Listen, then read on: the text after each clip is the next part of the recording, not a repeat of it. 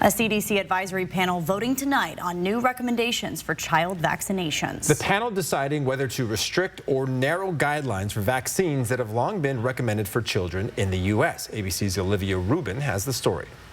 Today, a shakeup from the CDC panel that sets recommendations on vaccines for children.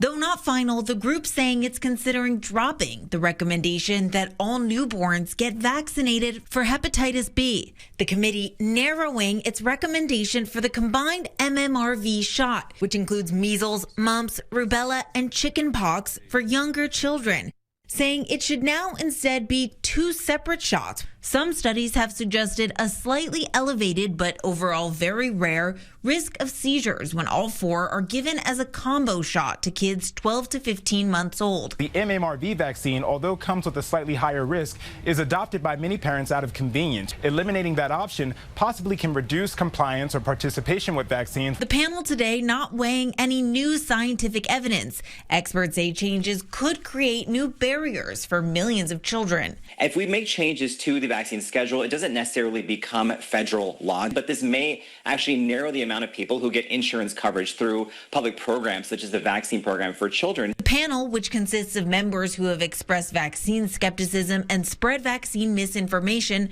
appointed by HHS Secretary Robert F. Kennedy Jr., who has pushed vaccine misinformation himself. It comes one day after Susan Menares, Trump's fired CDC director, testified that she was ousted for refusing to rubber stamp the panel's recommendations for changes to the childhood vaccine schedule without evidence. Republican Senator Cassidy, a doctor, warning Americans should not have confidence in certain changes to these recommendations. The Vaccine Advisory Panel makes recommendations to change the childhood vaccine schedule.